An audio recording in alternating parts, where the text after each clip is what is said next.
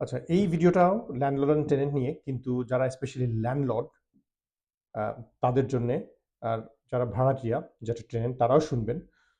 কারণটা হচ্ছে অনেক সময় দেখা যায় যে যারা বাংলাদেশ থেকে আসছে বা মাইগ্রান্ট, তারা অনেক সময় বাসা ভাড়া নেন, অনেক সময় ল্যান্ডলর্ড টেনেন্টের লটা জানেন না, ডিপোজিটটা ল্যান্ডলর্ডকে দেন।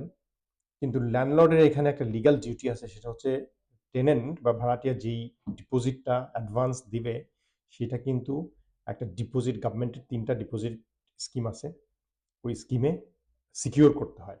সিকিউর করার পর ওইটা একটা ইমেল কিন্তু টেনেন্টের কাছে যায় ওই ডিপোজিট স্কিম থেকে, যে তোমার ল্যান্ডলর্ডের সাথে যেই এগ্রিমেন্টটা হয়েছে, এগ্রিমেন্টে যে ডিপোজিটটা তুমি ল্যান্ডলর্ডকে দিয়েছো, সেই ডিপোজিটটা, সেই অ্যামাউন্টটা আমাদের কাছে সিকিউর আছে। এবং তুমি যখন বাসা থেকে চলে যাবা, তখন তুমি লগ ইন ডিটেলস দিয়ে তুমি সাবমিট করবা যে তুমি বাসা চলে যাচ্ছ, তখন আমরা ডিপোজিটটা তোমাকে ফেরত দিব ডাইরেক্টলি।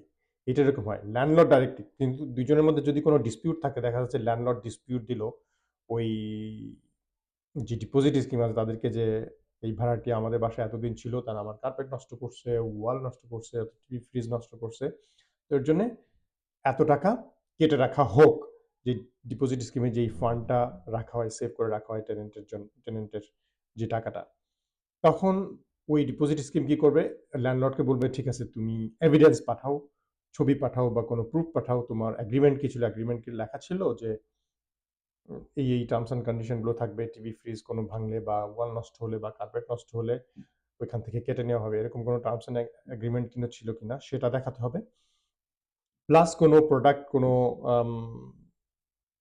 আসবাবপত্র যদি নষ্ট হয়েও যাও, সেটারও পিকচার বা এভিডেন্স দিতে হবে যে এটা নষ্ট হয়েছে, সেটার পরিপ্রেক্ষিতে যে ডিপোজিটটা আছে, ডিপোজিট থেকে টাকাটা কেটে রাখবে।